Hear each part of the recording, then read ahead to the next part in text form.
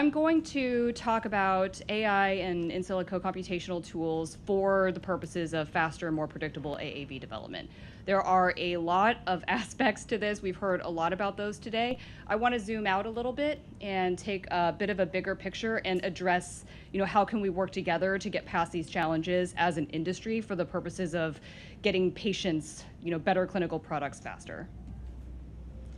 And we've got Tim Hunt from ARM later who's going to talk about the state of the industry, so I'm just keying that up a little bit here. We've got, as of November, which I think is still right now, there are 38 FDA-approved cell and gene therapies on the market.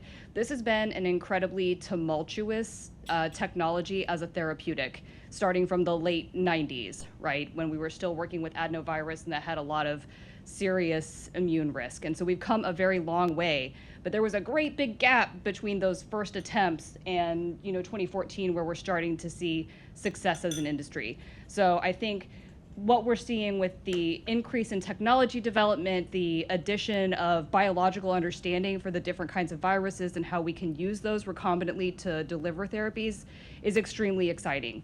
There are a lot of things that we still have to do. We have to figure out manufacturing, we have to get the cost down, we have to work on the regulatory frameworks, and we have to think about access. So just some of the highlights for the gene therapy challenges. The main one that I want to point out is Peter Marks' remarks from the FDA identifies gene therapy as at a critical juncture because we have manufacturing challenges, we have clinical development timeline issues, and we have very different global regulatory requirements. So this is something that we haven't talked about here very much that I think is going to be increasingly important, is not only domestic access to these therapeutics, but also how do we get them to places where some of these diseases are far more prevalent and they have far less access to good economic structures and technologies. There are more than 3,000 gene therapies currently in development. I mean, that is an overwhelming shift from when this, journey started in the late 90s. So there is no doubt that there is a lot of excitement around getting gene therapies to market and getting them successful in patients. We still have to figure out some of these issues, including manufacturing scale up and cost. So I want to talk a little bit about the computational biology tools where we have opportunities across sectors to come together and figure out how do we make this better. So you've heard from several of these aspects today, but like in academia, we really are working hard to get a deeper understanding of viral and non-viral delivery mechanisms. What happens after you actually get it into a living being is going to be really important to understand as we get better at developing them. Identifying the diseases that are amenable to gene therapy, whether that's a gene replacement strategy or a gene editing strategy, whether it's going to be delivering an mRNA therapeutic, right, like a regulatory short hairpin RNA. There are lots of different strategies, lots of different modalities that are available to us, and our academic partners are leading the charge on how we define the actual biology. That is critically collaborative with industry and hospitals, where we have the opportunity to test those things and develop them out to something that is more standardized. And then for the government, this is a big job, because staying current with all of the different updates, especially as things are being driven by more digital technologies, is extremely challenging. And so this is a place where they've got to really try to keep up. They have the responsibility of driving reproducibility and rigor in both the academic arm and the industry arm, which is also a big job. And then to some extent, improving access and affordability comes under government regulation. And so this is a place where they've got some responsibilities. And then biopharma, developing and producing the drugs. We aren't going to get drugs to patients if we don't have the biopharma companies really dedicated to getting those done. Expanding public-private collaborations is, I feel like, another important opportunity for biopharma to lead, because to some extent they've got more resources and better reach. And then lastly, tech bio, which is where Forum Bio and several other in silico-based companies live, is accelerating the development and also driving collaborations like this event today with both academia and biotech, biopharma, so that we can figure out how to stop solving the same problem in our different silos over and over and over and get to a more standardized situation. So the last thing that I want to point out is that all of us, maybe to some extent, including the government, but we are all developing new technologies.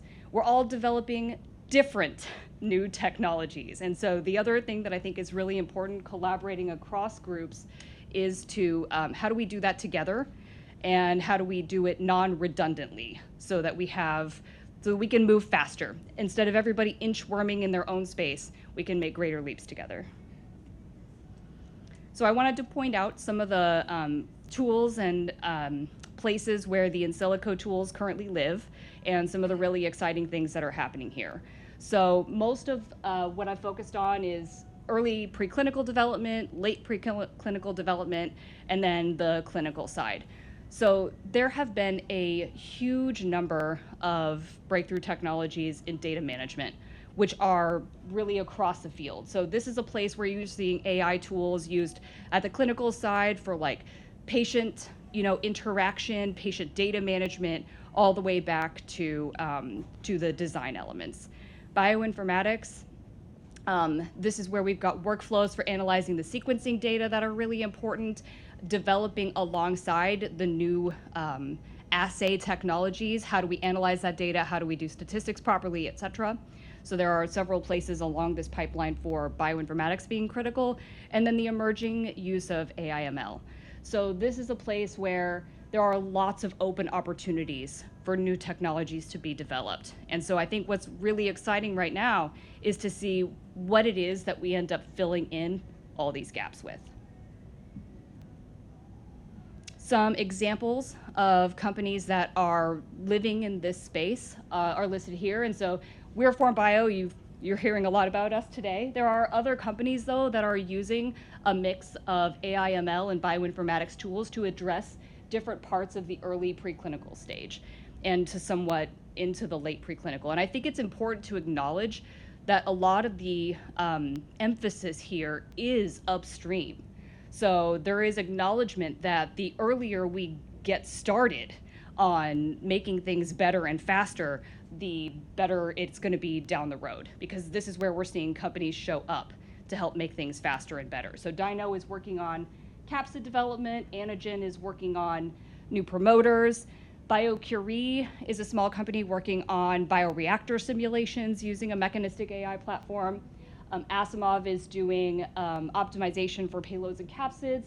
64X Bio is doing something amazing, which my brain just core dumped. My apologies. Something very cool. And then in data management, we've got companies like Google and TetraScience that are building infrastructure for data management that's going to be really important for dealing with the large amount of data that makes AI/ML technologies possible. As mentioned, computational innovation in particular is driven by data. There is very little that we can do from a computational, especially AI/ML perspective, if we don't have a lot of data. So the rise of the next generation, third generation sequencing platforms and the different ways that we are using those technologies are a critically enabling feature for being able to drive technology forward. Our biological assays for things like titer and AUC and some of the other classical gold standard, biological tools, you get one data point per experiment. And it will just take 5,000 years on a single vector to get enough data points to make any pattern matching available, right? And so these technologies are really unlocking a lot of opportunities. So whether we're looking at NGS for capsid DNA libraries, or you're looking at the heterogeneity in the product, or we're looking at like RNA-seq or something like that for analyzing capsids. There are a lot of different kinds of data that are becoming available to us that are enabling things like really characterizing the heterogeneity of your capsid product, what kind of expression profiles are you getting in single cells in the tissues in your animal models. So this is a place where while it is still maturing, as we've established, it's also allowing us the opportunity to get exciting new technologies developed. I'm not going to spend a lot of time rehashing long-read sequencing because we've been through that a lot today, but it is incredibly important and incredibly helpful tool, as Phil mentioned in his talk earlier. So we're at a pivotal moment in the industry. The confluence of the availability of large amounts of data, the advanced characterization that we're able to do because we understand more of the biology and we know what questions to ask, and the tools that allow us to scale asking those questions of the data, I think are really important pieces of how we come together to move forward.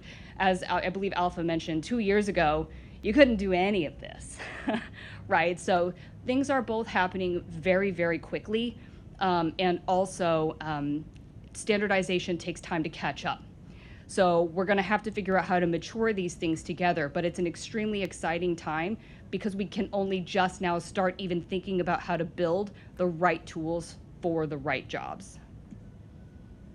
So I will give a little bit of the black box view of what we do at FormBio that Adam alluded to. So we have a series of computational approaches that we're using to design the therapeutic payload, the vector genome, very quickly. So where we live in the discovery to clinical timeline is R&D and preclinical, because as acknowledged, the earlier that you can get started on optimizing these things, the cheaper it's going to be and the faster it's going to be in the long run to get those drugs into the clinic.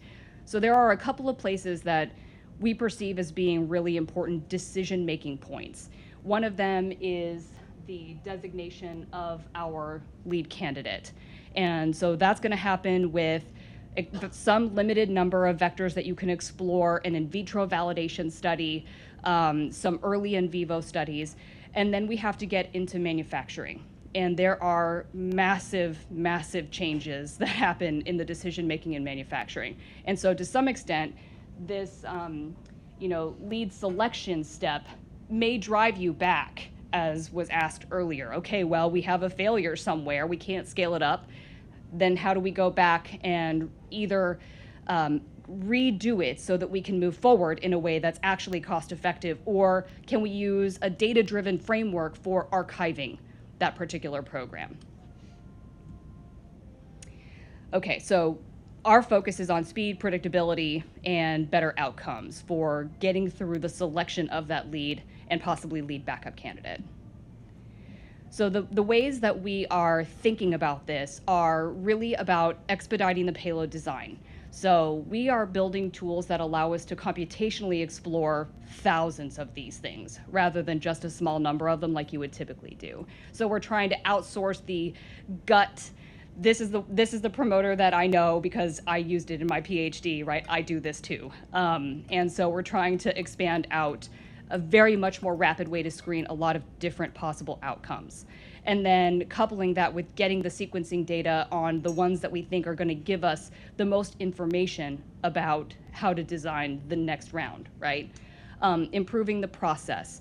This is important because if we get the design right, we get more full genomes, we get possibly higher yield. That's what we're currently seeing. And then we can reduce the downstream steps. If we don't have to figure out an enrichment step, we get more doses per run. That's amazing, right? And then the other thing that I think is really important and underappreciated is empowering the PD and CMC teams. Most of the development for these things happen in silos. We've got a design team at the front, we've got a process team, we've got a GMP team. And so getting everybody on the same page for what the outcome is likely to be so that they can actually be collaborative, I think is really important. So the place that we live is from the design to manufacturing journey is in this design and synthesis step for the vector that carries our gene of interest, that plasmid, and then also at the end of the day in the drug substance characterization. We have a lot of technology for characterizing the NGS data for these genomes, and we use that technology to help optimize our ITR to ITR payload. So the long-read sequencing we're using for several different things. We're validating our model predictions, which Adam talked about a little bit. We're using this data to fine-tune our foundation model, which is already trained on a ton of this data. But it turns out that there are capsid payload interactions that are important, and there's really quite a lot of variation, even from one production run to the next. And so the more data we have, the better the model gets. And then the other thing that's super important is rational design. but being able to do it with a lot more components and very much more quickly without the emphasis on tons of lab work. So this is a very complicated slide. I'm not going to walk through it in incredible detail, but I do want to give you a picture of what the black box is for what we're doing at FormBio. So every disease that you start with is going to have a variety of particular biological goals, right? If you overexpress it, it's toxic, whatever. There are really important things to be considered for every single one of these. So we have a set of constraints and a set of objectives that are defined by both what our technology can address and what the needs are on the disease. And so what we do is we will take a starting vector that has all the components needed to address the disease. We'll create a design space that has all the possible promoters that have the right expression strength, the right tissue specificity, et cetera. And we'll compile the thousands of possible vectors that are viable, biologically viable. And then what we'll do is some fancy tools between rational design and maximizing for data diversity, and then we'll go get the sequencing data for a select number of these sequences. And we'll use that data to fine-tune our model so that we get an optimization result that's going to perform well for expression and packaging and function. So Nithya mentioned the case study that we did together. This was a really fun collaborative project. Jeff and I had a really good time with it, I think. And what we did, what I'm showing here is that where we have an optimized with our FormSight AI versus a non-optimized construct, we can see, well, maybe you can see, there are a bunch of really tall peaks here that are that represent partial genomes. So those are truncations that we identified with sequencing data, and we were able to optimize to remove those events. So our technology is very good at identifying peaks of truncations that are associated with particular motifs and structures, and optimizing with synonymous codon substitution to remove those so that at the end of the day we get more full genomes. The other case study that we saw today was from Adam at Solid, where we're able to actually see, a massive increase. 25% is pretty big, right? I mean, when you're doing, if you get 3% better doing this on your own, you're happy about it, right? Because every dose matters for a patient. So we feel like 25% is pretty good, actually. So when this works, it works extremely well. There is a lot of biological variability, so sometimes we do have to iterate, but we can iterate so much faster in a computer than we can in the lab. And the last one that I want to talk about, this is a case study with a gene therapy developer that I cannot reveal, but the point that I want to make is that using our more recent framework of exploding out to all the possible number of vectors, taking into account what the design objectives are, because every customer is going to have done some testing. They already know what the weaknesses are of the design. So we take that into account. We have our rational design objectives, and we have our AI augmented CDS optimization. And so where we are with this is basically narrowing the field down to a small, reasonable roar of a number of vectors that we can cost effectively take to the lab and get that data on to find out what's going to do the best job for both packaging and expression, and those data are ongoing right now. But this took us, this was 3 months. Oh, I don't have the time. This was 3 months of a combination of in silico and lab work to get to a small number of testable vectors. And what we found at the end of the first round was we were able to reduce the truncation risk to 60%. Okay, so why are in silico and AI tools the wave of the future? Why are we excited about this? Well, technology improvements are increasing in rate, which is both very exciting and also slightly terrifying. Data generation is increasingly cost effective. This is such a big deal. As the cost of the long read sequencing technology comes down, as we're able to do more high throughput screens, we're going to be able to make much more data driven decisions, which is where everybody wants to be. Regulatory recognition of the genome integrity importance, this is coming. We're starting to hear, the FDA is never going to say, go do NGS sequencing, it's the assay of the future, but they are starting to take that data in as characterization results, and they are acknowledging the utility of being able to have high resolution genome integrity for evaluating a drug product. The other things that are really driving changes in computational tools are secure data management, cloud technology that allows data availability, where software and biology become really important together are complex data integration and interpretation. We have a lot of different assays that we have to be able to work with together to understand what's going on. This becomes increasingly important as we think about vector design all the way through to scale up in manufacturing. And lastly is speeding up the iterative tool refinement. As we get better technology, as we get better chips, right? There are a lot of things that are happening to make everything faster. And so getting great data is critically important. We're getting to the point where we've got the right suite of technologies, and we're getting increasingly precise biological understanding of the important questions that we're trying to ask. No pressure, Phil. So what's next? Okay, so one of the things that FormBio is doing, this is the only one I want to talk about for us, is a software suite that we're calling VectorFlow, which is an end-to-end data management platform for CGT development. So it's entirely vector focused, which is to say that we have a starting construct. We can show all of the design steps. We can put in all of the results for the whole stage. And then you can, when you get to IND, you can look through and make your selections, and make a report. The reason that this is important for us is it allows us to deliver all of our synthetic results, our AI/ML results, and it allows us to integrate that with data that we're actually collecting. The AAV working group, which you've heard a lot about, is moving on from having just released our Lava 3.0 workflow. That's on GitHub now.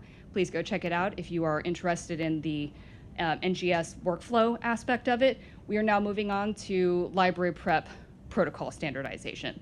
So anyone in the audience that is interested in being part of this consortium to move standardization forward, send us an email. We are definitely interested in bringing more people into that conversation. It's a really important one.